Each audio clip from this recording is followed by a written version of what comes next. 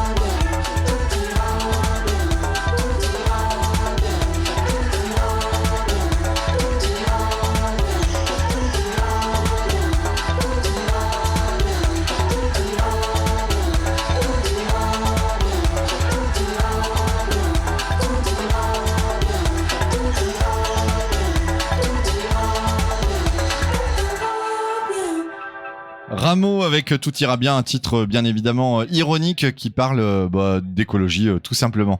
Vous êtes sur Westrack Radio, il est 16h44, 45 même, on est toujours en direct du village plastique Odyssée au pied de la Halle aux Poissons.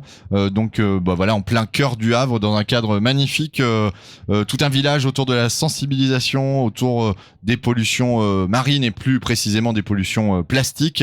On est ensemble jusqu'à 17h, donc on va y aller, j'arrête de parler, c'est ça. On arrive sur nos derniers invités. Alors avec Guillaume précédemment, on parlait de commerce maritime et là on reçoit du coup Ilan et Louise. J'ai annoncé un Erwan, et ben oui, mais Erwan avant s'est transformé en Erwan, Louise. et avant il s'appelait Benoît même Erwan, donc voilà. Mais c'est Louise. En tout cas, Ilan et Louise de Tote qui viennent nous parler justement de transport un peu alternatif de commerce en fait. Voilà, donc bonjour à vous deux. Bonjour. Bonjour. Et oui, Louise, en radio, il faut parler dans un micro. Mais ça s'était pas vu. Vous allez bien? Très bien, merci. Super. Alors, Tote, T-O-W-T, qu'est-ce que ça veut dire? C'est pour Transoceanic Wine Transport, ça veut dire transport à la voile, en gros, entre les océans, quoi. Voilà, on se doute de pourquoi j'ai demandé ce que ça voulait dire. Je n'aurais jamais été capable de le dire. Alors, Todd, c'est donc du transport à la voile. Tu viens de le dire de différents produits, produits. Alors, surtout des produits qu'on va pouvoir consommer, manger, je veux dire, etc. Ou absolument de toutes sortes de produits.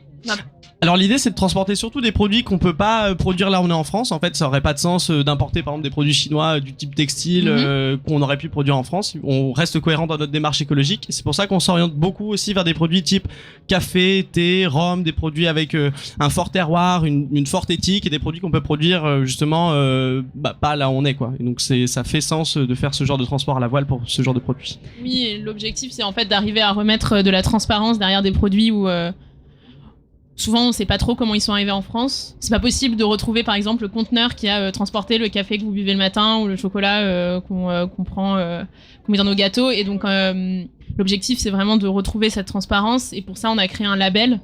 Et donc, on peut retrouver sur Internet, grâce à un numéro de voyage, le chemin qu'a fait chacun de nos produits, sur quel voilier, avec quel équipage. Donc, ça permet aussi aux personnes d'avoir une prise de conscience quand ils boivent une tasse de café ou quand ils mangent un morceau de chocolat, que y a aussi un impact écologique derrière. Et donc de savoir vraiment quel est le chemin depuis le producteur jusqu'à notre table. Il y a retrouvé du coup tout le chemin du produit. Quel voilier, quel équipage. Il y a combien de voiliers aujourd'hui chez Todd ? Alors Todd historiquement, donc c'est une activité qui a commencé en 2011, donc avec plus d'une cinquantaine de traversées et plus de 19 navires affrétés. Donc une énorme diversité en fait pour des opérations qui vont entre des transports sur la façade atlantique française jusqu'en Angleterre, donc pour ou même des trajets de cabotage, donc le long des côtes atlantiques. Là, plus récemment, on fait beaucoup plus de trajets transatlantiques, donc avec des boucles assez complexes. En gros, on peut partir de Bordeaux, aller aux Açores, donc récupérer du thé, puis ensuite aller aux Antilles françaises, dans lesquelles on va régulièrement charger du rhum. On est aussi allé jusqu'au Mexique, dans lequel on a rapporté des fèves de cacao. On fait aussi des voyages parfois en Colombie, à Santa Marta, dans lequel on récupère le café de la torréfactrice Caron, que vous avez évoqué. Voilà, donc Anne Caron qui est torréfactrice, donc on l'a évoqué puisque c'est au Havre, on retrouve du coup la brûlerie du Chaussois que Anne Caron du coup dirige également et dans lequel on retrouve ce fameux café. Tout à fait. Donc oui, historiquement, oui, donc c'est 19 navires affrétés, donc pour des transatlantiques parfois assez variés. Et donc c'est notre activité historique et donc les produits qu'on transporte et qu'on fait valoriser, donc avec un fort terroir. Et peut-être qu'on peut embrayer justement sur. C'est ça, j'allais dire, il y a un nouveau voilier qui est en cours, cours d'installation, on va dire. Oui, en fait, il y a ce projet depuis assez longtemps qui est de dire qu'aujourd'hui, on a un système économique qui fonctionne avec les voiliers existants, qu'on arrive à transporter du chocolat, du rhum et que c'est économiquement viable. Et donc, on veut changer d'échelle et pouvoir aussi offrir des quantités transportées beaucoup plus importantes. Et donc c'est pour ça qu'on est en train de construire un voilier cargo de 80 mètres qui va permettre en fait de transporter en une traversée ce qu'on a transporté en 50 traversées sur des vieux gréements. Donc depuis 2011, tout ce qu'on a transporté depuis 2011, on change de gamme là. On change totalement d'échelle et on change aussi, on change d'impact en fait. C'est ça qui permet d'avoir un vrai impact environnemental et pas seulement d'être, on va dire, une goutte d'eau dans l'océan, même si finalement les voiliers cargo seront encore une goutte d'eau, on va dire, un peu plus grande dans l'océan comparé à tous les porte-conteneurs gigantesques. Mais voilà, on va pouvoir en fait transporter des produits pour le compte de grandes marques qu'on pourra retrouver même dans des supermarchés, quoi. Et ça va permettre aussi de populariser un peu le transport à la voile et de le rendre plus accessible pour tous et pas seulement là sur notre petit stand. On aura beaucoup plus de produits. Et vous avez choisi Le Havre comme port d'attache, on peut dire ça, sur la façade, en tout cas Manche Atlantique. En France. Alors tout à fait, notre implantation au Havre en fait, elle s'inscrit surtout aussi dans cet axe Seine en fait, qui est très intéressant au niveau de l'intermodalité en fait, pour continuer à faire du transport relativement assez décarboné, donc le long de Péniche en fait sur l'axe Seine. Donc, c'était une position assez stratégique pour nous. Donc on est aussi sur la plaque tournante aussi. C'est une ville qui historiquement transportait beaucoup de café, donc on en profite aussi justement en s'installant au Havre. Et donc c'est aussi pour ça qu'on s'est déplacé de notre siège historique à Douarnenez, donc les vieux voiliers, la Bretagne, etc., vers justement le Havre là depuis décembre dernier, dans lequel on a nos bureaux à la Chambre internationale de commerce. Encore des Bretons qui ont migré au Havre. Et je crois d'ailleurs, en parlant de la Chambre internationale de commerce, c'est que les produits que vous importez, on peut aussi les acheter. Oui. Tout à fait. On tient un comptoir décarboné tous les jeudis après-midi, dans nos bureaux à la Chambre internationale de commerce. Donc vous pouvez retrouver nos produits. Et puis on peut surtout les retrouver là à quelques, sur les stands, ouais, bien sûr. À quelques mètres. Vous pouvez venir goûter du rhum, déguster du rhum et surtout retrouver notre thé pour lequel on a une réduction spéciale avec le code Anemos aujourd'hui. Donc n'hésitez pas à venir. Si vous voulez vous dites Anemos. Entre le rhum et le thé, il y en a un à consommer avec modération. Je vous laisse deviner lequel. Je voulais y revenir à ce voilier cargo puisque finalement ce projet-là il est encore en cours. Donc vous êtes aussi en recherche de financement. Oui, c'est pour ça qu'on a lancé depuis cet été en fait une obligation qui est ouverte à tous. Donc en fait tout le monde peut investir en ligne pour nous aider dans ce projet sur la plateforme lita.co. Donc n'hésitez pas si vous voulez en savoir plus à venir à notre stand justement pour qu'on vous en parle. Et là en fait pour l'instant c'est vraiment un succès énorme. On a déjà récolté plus de 2,5 millions d'euros, qui est un record sur cette plateforme. Donc on espère que ça va continuer et qu'on pourra atteindre notre objectif de 3 millions au plus vite pour que ce voilier cargo puisse voir le jour rapidement. Et à l'échelle mondiale, ce genre d'initiative d'avoir un transport de marchandises décarboné avec la voile, vous êtes un peu les seuls sur ce terrain-là. Il y a d'autres alternatives qui existent un petit peu dans d'autres pays ou comment ça se passe en fait cette prise de conscience? Alors ce qui est assez populaire en fait en termes de solutions techniques véliques, donc qui utilisent la forme du vent, en fait c'est beaucoup de solutions d'assistance vélique, donc par exemple des voiles rigides ou des rotors Flettner. Donc ça c'est un design un peu compliqué. En fait on utilise je vais utiliser mon passé d'ingénieur malheureusement, okay. Mais en fait c'est des cylindres qui tournent sur eux-mêmes et en fait qui utilisent l'effet Magnus. C'est le même effet qu'on a sur les balles de football et les balles de ping-pong qui ont des trajectoires courbes. Donc okay. En fait c'est cet effet-là qui permet de créer une poussée supplémentaire. Quand on fait des effets. Voilà, c'est ça. Ah oui, d'accord, au ping-pong, j'en ai fait un peu de ping-pong. Et donc en fait ces projets-là assistance vélique, en fait ils restent quand même très limités au niveau de leur décarbonation parce qu'on a des taux de décarbonation qui peuvent pas dépasser 25%. En fait l'idée c'est vraiment de s'appuyer sur ces solutions-là et de pas créer vraiment une propulsion principale comme avec nos voiliers cargo. Et où est-il en construction actuellement ce voilier cargo? Alors la construction n'a pas débuté. D'accord, ok, pardon. Il faut les 3 millions avant. Oui, d'accord. Tu n'as pas suivi. Mais c'est en France qu'on peut construire ce genre de voilier cargo? Alors, je vous confirme que la construction se fait sur un chantier français. Alors malheureusement, l'information est encore pas publique, mais mais je vous garantis que le chantier sera français et que le bateau sera construit en France. Et donc je reviens un peu à ma question, mais est-ce qu'il y a d'autres armements? Est-ce qu'il y a d'autres pays qui tentent justement de créer des flottes de voiliers cargo? En France, je dirais qu'on est assez avancé sur cette question. Il y a plusieurs autres entreprises qui construisent également des voiliers cargo. D'ailleurs, on se retrouve tous mardi prochain à Saint-Nazaire pour le salon Wind for Goods, où on va, en fait, le premier salon du transport vélique français. On vient avec la caravane, pas de problème. Voilà, où on sera toutes les entreprises en fait qui font du transport à la voile, donc de personnes qui font à peu près la même chose que nous, à des gens qui ont des business plans assez différents. Par exemple, il y aura un bateau qui fait du transport de passagers entre Quiberon et Belle-Île qu'on peut visiter. Voilà. Et nous aussi, en fait, on fait aussi du transport de passagers sur nos voiliers cargo d'ailleurs. D'accord. C'est au départ du Havre. Donc dans quelques années, on pourra partir depuis le Havre jusqu'à New York. Super. Le retour de la transatlantique. Et j'imagine qu'on peut suivre Todt de toute façon aussi sur les réseaux, que vous avez un site où on peut retrouver du coup justement ces fameux labels et du coup les parcours de tous les denrées que vous transportez. Merci beaucoup et on invite tout le monde justement à jeter un œil sur le financement avec le lien, je pense, qui est donné aussi sur vos réseaux sociaux. Vous pouvez retrouver aussi les petits flyers, on peut vous en parler davantage. Donc n'hésitez pas à venir voir Todt du coup à la Halle aux Poissons installée pour l'occasion de ce village aussi Plastic Odyssée et du coup ces journées du matrimoine qui se déroulent sur ce lieu. Merci à vous deux. Merci à vous. Merci. C'est bientôt la fin de l'émission, Mathieu. Il nous reste 5 minutes ensemble. 5 minutes, le temps de recevoir Dan en Oui, plateau. tout à fait. Et je dois lancer un morceau juste avant pour son arrivée. Voilà, c'est son arrivée. Voilà. Juste vite fait, c'est son générique, il nous l'a demandé. Évidemment. Je sais pas si vous avez reconnu ces quelques notes de musique. Je crois que Dan a envie de chanter. Le plastique, c'est fantastique. Voilà, tout simplement. Elmer Footbeat, hein, évidemment. Du coup, un morceau qui a une signification un peu différente de ce pourquoi on est là aujourd'hui, mais voilà. Voilà, c'était une autre époque, c'était d'autres enjeux. Ce qui était important pour moi de souligner, c'est que le plastique, on en parle dans sous toutes ses formes aujourd'hui. Et j'ai envie de souligner une phrase qu'une passante ce matin m'a dit. Elle n'a pas mis de copyright. Elle m'a dit « Si le plastique est un déchet, c'est parce que nous sommes des sagouins ». Alors voilà, le plastique c'est fantastique, le plastique est important, il peut nous aider notamment à ne pas véhiculer certaines infections sexuellement transmissibles par exemple. Il a plein d'usages qui sont bons. Il est léger, il est facile à produire, c'est un produit issu de résidus de pétrole non exploitables, mais... Je vais pas faire l'apologie des industriels du plastique, mais ce qu'on essaye de montrer c'est qu'il y a surtout une approche, une conscience à avoir une éducation à avoir vis-à-vis de l'usage du plastique. En fait, c'est ça, cette maxime, c'est vraiment d'expliquer que c'est pas le plastique en soi qui est un problème, c'est l'humain et son usage et surtout comment il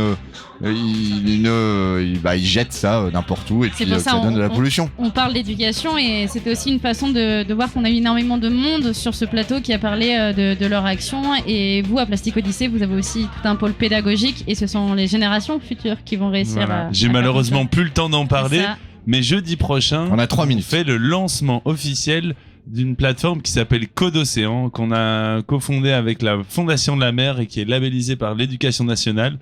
Donc on a parlé de la recherche, on a parlé de l'entrepreneuriat et on parle aussi du coup d'éducation. C'est un pan qui est très important pour nous. Donc voilà, on va pas rentrer dans les détails aujourd'hui, mais en tout cas, si vous êtes enfant ou si vous avez des enfants qui nous écoutent, c'est pas des trucs chiants où on se pose, où on en suit des cours, on part en exploration. Exactement, donc c'est le concept de l'école des explorateurs autour de la pollution plastique. On lance ça du coup jeudi prochain. Vous pouvez suivre ça depuis notre étape de Brest. Et puis ceux qui ne seront pas à Brest, vous pouvez suivre le programme sur code-océan.org. Eh ben merci beaucoup Dan, merci en tout cas à Plastic Odyssey aussi d'être venu au Havre et de nous avoir invités aujourd'hui pour ces 2 heures de plateau et d'animation. On a eu énormément de monde à venir et à parler. Moi j'ai appris plein de choses. Exactement, c'est ce que j'allais dire, c'était très éducatif justement. Et il y a une limite d'âge pour s'inscrire jeudi prochain ou Non. Ah bon ça va. Pas de souci, vous pouvez suivre ça en ligne. Je vous dis, regardez sur Facebook sur l'événement de notre étape à Brest qui sera notre 4e étape. En espérant qu'il fasse aussi beau qu'aujourd'hui. On a prévu le coup, on sera en Bretagne, donc on sera en intérieur. Ah oui, d'accord. Et vous ferez un petit coucou de notre part à Fréquence Mutine, qui sera là sur l'étape de Brest. Exactement, et qui animeront un plateau radio le dimanche de 15 à 17. Parfait. Il se passe encore plein de choses à l'Allo Poisson du coup en cette fin d'après-midi et ce soir, donc n'hésitez pas à venir. Il y aura notamment une illumination du coup de cette halle avec le bestiaire du coup animé donc quand il commencera à faire un peu plus sombre, même si les nuages s'approchent. En tout cas, en attendant, vous pouvez toujours retrouver Todd qui est là. Il y a toujours le village aussi. On a parlé du conteneur. Je perds mon micro. Il y a vous pouvez venir visiter le bateau virtuellement. Bref, il y a toute une programmation encore effective jusqu'à ce soir. Et vous pouvez suivre Plastic Odyssey dans toutes leurs aventures sur leur site plasticodyssey.org. Exactement. Voilà. Il va falloir qu'on rende l'antenne parce que dans quelques instants, on va faire un tour du côté d'Orléans au festival Hop Hop Hop avec nos amis de la Ferrarock. Merci beaucoup Tiffaine, merci à toute l'organisation de nous avoir permis de faire ce plateau et à très bientôt. Merci Mathieu et très bonne soirée à l'écoute de Westrack.